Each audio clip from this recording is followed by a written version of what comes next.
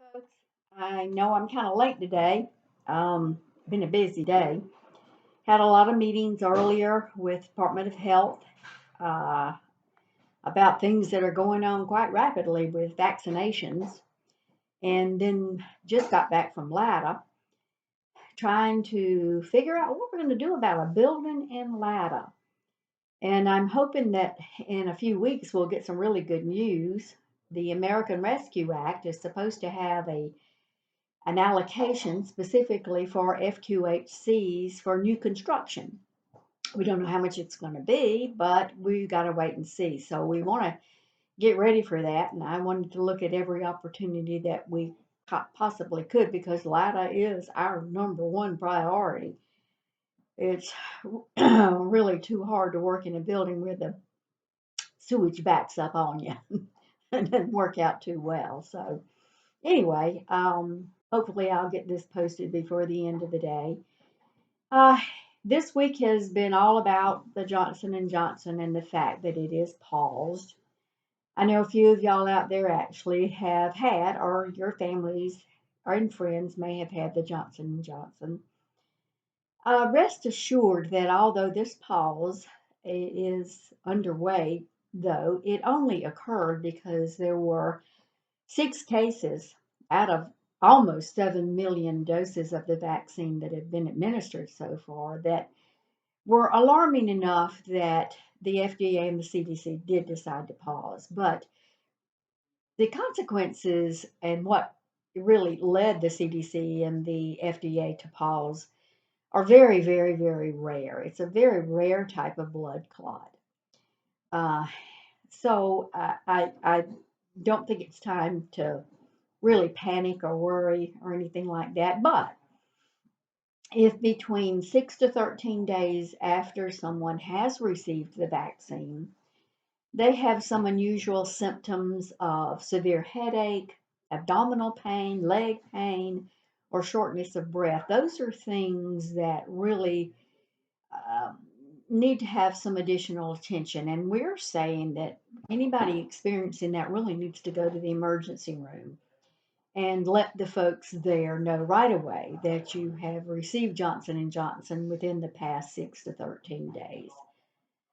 Uh, we are making sure that we follow up with all of our folks that have had the vaccine and let them know that if there are any questions, please feel free to call us, talk with your provider, talk with our director of nursing, our chief nursing officer, Tracy Thickpen, or our acting CMO, Dr. Steve Smith, or practically anyone. We've almost all become experts on this, and we'll make sure that folks are routed in the right direction. But we are on pause now. Um, this really impacted our MOBIes, the sites in our normal operations, Bishopville, Latta, Chesterfield, Hartsville, and McCall, have not really been impacted at all because they have always been using Moderna, and there is still no concern over Moderna and Pfizer. The evidence is still overwhelming that those two are very, very safe vaccines. I think we're approaching somewhere in the neighborhood of 120 or more million doses of those vaccines or more. I haven't kept up with the latest, have been administered, and there have been no alarms raised on side effects or anything. So we're really confident that that Moderna, which is what we're using, is still and remains a very, very safe vaccine. Yes, there is some concern being raised about the variants that you probably all have heard about, the Great Britain variant and the South African. We aren't to a point yet in South Carolina where there is a significant alarm, although the variants have been detected here. Don't get me wrong, but not enough to really raise alarm. Although I will be attending a webinar next Tuesday to see what the latest data reveals. And I'll keep you informed as always. Um, we are aware that the cases, uh, folks that have tested positive or or sick had been decreasing significantly, and that's really, really good news. Uh, but along with that, so have vaccinations. Vaccinations have dropped off considerably. That's really quite alarming. We're worried that because there doesn't seem to be an urgency around the cases, the positive cases that we're experiencing, the hospitalizations, even and the death rate have decreased. That people are going, oh, we don't need to get vaccinated. It looks like this thing is over with. It is not over with by any stretch of the imagination. So we're worried about the reason for the vaccination demand dropping off, and we're gonna we're gonna be looking into and seeing what we can do to really address that. As I've spoken before, we do have a pretty big campaign going on out there to make sure that we provide education and information about the safety of the vaccine, how it was developed, the processes that are involved, and everything we know about Moderna and its safety. So we got to watch this. We got to be careful. But let me reassure you that at this point, everything is on green for the Moderna.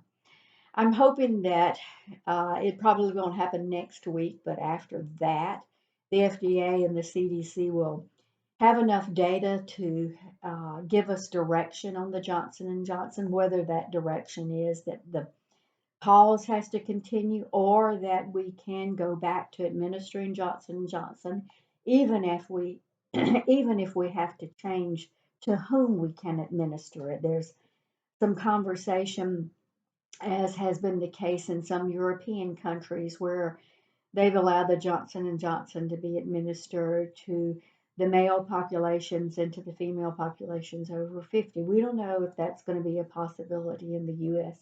or not. So we'll just stay tuned. Try not to get too disheartened.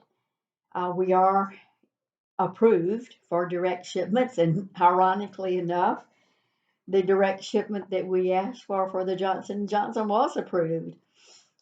We didn't get it, of course, but that's very ironic that whenever it can be released, that we will be able to have this and offer this on our Mobies and maybe in any other settings. We'll just have to wait and see what develops and what evolves with this. Uh, there has been an increase with you, the staff, in vaccinations, and that is really encouraging. I had rolled out that we were going to have that drawing, and if we could increase our herd immunity up to 70% by the end of April, that we would have those drawings. Well, we actually made some progress. We are up to, I think that Denise told me that we're up to like 56%, so just about really 60%.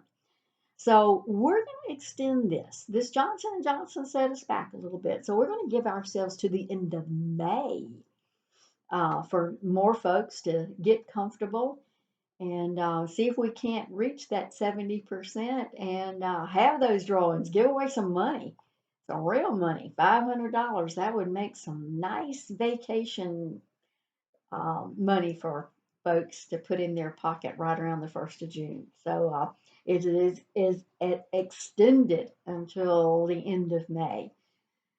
So let's have some fun with that. Let's get herd immunity. Denise Ellis, our Chief Personnel Officer, is already bragging that the entire HR department has reached their own herd immunity. And I'm kind of hoping to challenge all the other departments. Now, that is a small department, but to see whether or not we can step up to that challenge and get herd immunity within our sites or our departments or what have you. So let's make Care South Carolina a safe place for everyone, you, our patients, our community, our family members, and our friends. We're hoping to be able to step up some immunization efforts. DHEC just told us this week that we could begin holding immunization events at special request from businesses and industries and little organizations, what have you. They had kind of held us back on that for a little while by saying we really shouldn't be doing that because all of our vaccination efforts should be public, so to speak. But now they've said that we can actually begin doing this. Well, for instance, we can go to a local restaurant and go in so they don't have to take time off from work and vaccinate all of their employees that want vaccination. We can go to a business or any other entity, and we can do so so that folks don't have to get away from work or they don't have to stop what they're doing, but we can offer that. So we're really going to be working hard next week to see whether or not this is a possibility. Lots of things happening. There's never, as our CFO Tim Walters would say, there's never a dull moment. But we still have to, stay safe. We still have to get vaccinated if we can see the way through to that. And we need to reach herd immunity. So let's stay tuned for what develops next, and I'll do my best to keep y'all informed. Y'all have a very safe weekend, and I really want to emphasize that. Stay safe. I know it's really tempting. The weather's going to be decent, and it's going to be really tempting, but please stay safe and come back. Come back so that you are healthy and we're ready to do our mission and serve our patients on Monday and all through next week. Y'all take care. Have a very good one. Bye bye.